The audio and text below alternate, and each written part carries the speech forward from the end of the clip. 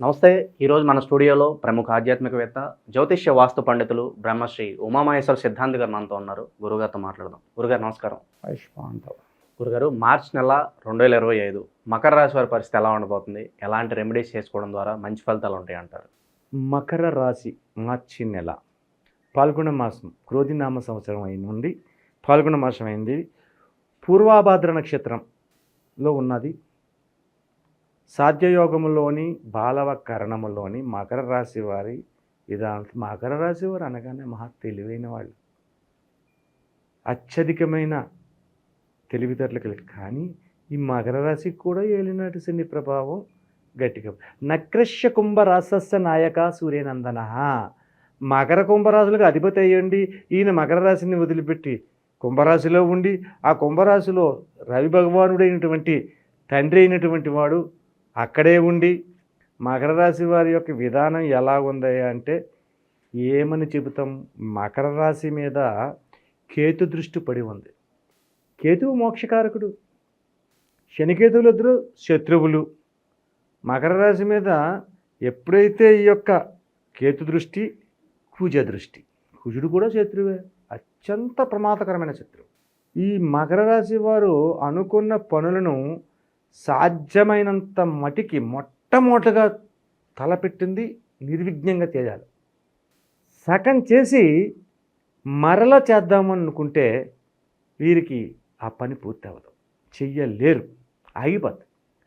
అనేకమైనటువంటి వ్యక్తులు తారసపడి అడ్డుపట్టి వీరిని నష్టదాయకమైన కష్టదాయకమైన ఫలితములకి గురి చేస్తుంటారు.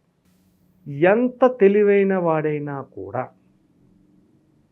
మోహానికి చిక్కితే మోసపోతాడు. ఎంత మెధవనండి. విశ్వామిత్రుడంతటి గొప్ప మహర్షే కఠోర నియమనిష్టలతో తపస్సు చేస్తుంటే దేవేంద్రుడు ఆ తపస్సుని నాశనం చేయాలన్న ఉద్దేశంతో మేనకాదేవిని అక్కడికి పంపించాడు. ఆమె యొక్క హొయలకు, ఆమె యొక్క చేయు నృత్య గానములకు పరవశుడై మోహించాడు. ఆ మోహం వల్ల ఈ తపస్సు ఏమైంది? భగ్నమైంది. దానిని తర్వాత తెలుసుకున్నాడు.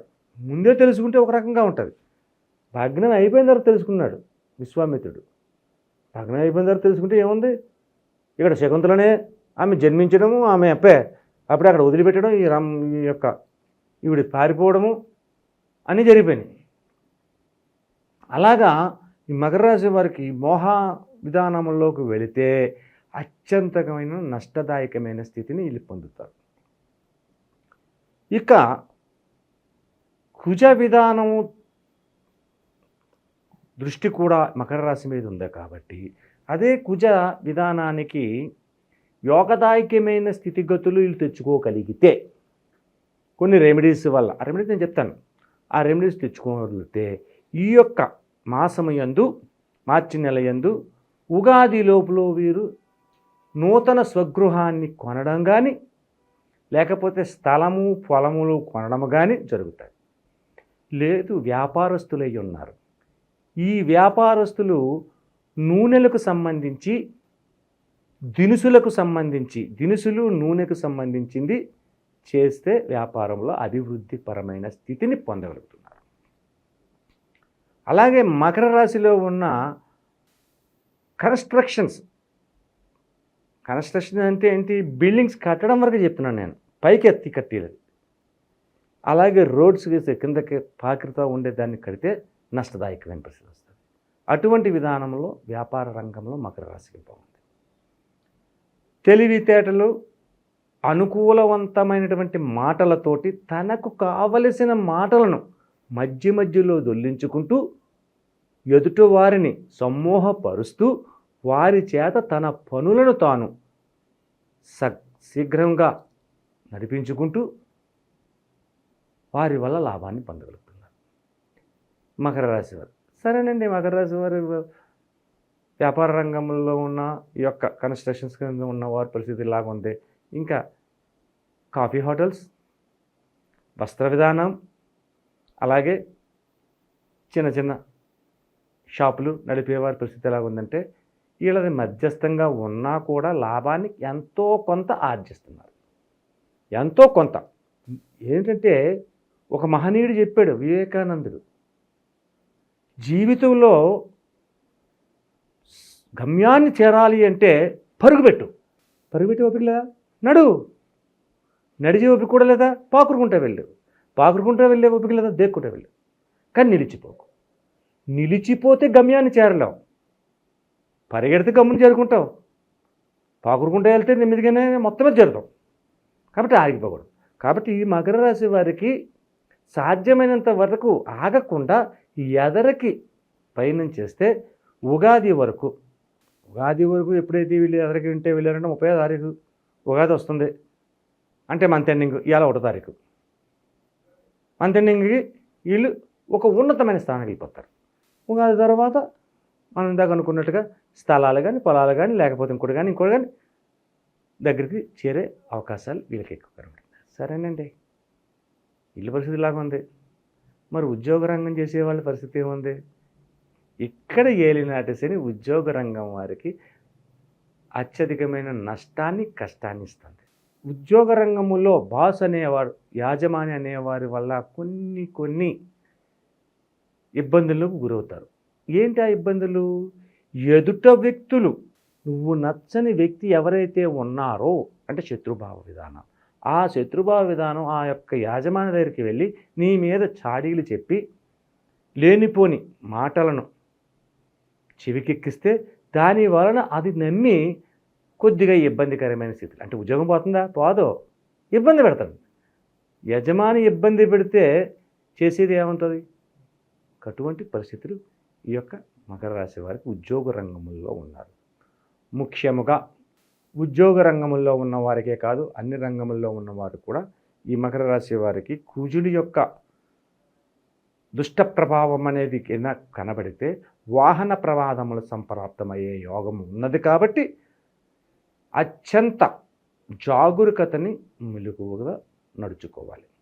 అలాగే ఈ యొక్క మకర రాశి వారికి ఉన్న ప్రతికూల పరిస్థితుల్ని తొలగి అనుకూలమైన పరిస్థితులు కలగాలంటే ఏం చేస్తే ఈ యొక్క మకర రాశి వారికి బాగుంటుంది అనే దాన్ని బట్టి ఈశ్వరతత్వాన్ని తీసుకోవాలి. ఇక్కడ కూడా మకర, కుంభ, మీనరాశుల వారి ముగ్గురు కూడా ఈశ్వరతత్వాన్ని తీసుకోవాలి. ఇక్కడ ఈశ్వర విధానముల్లో విధానములు ఒక శనివారం నాడు ఉదయాన్నే 7:30 గంటల లోపులో, 6 నుంచి 7:30 గంటల లోపులో, 7:30 గంటల దాకా శనివారం నాడు దుర్ముహూర్తం ఉంటుంది. దుర్ముహూర్త కాలంలో చేయాలి.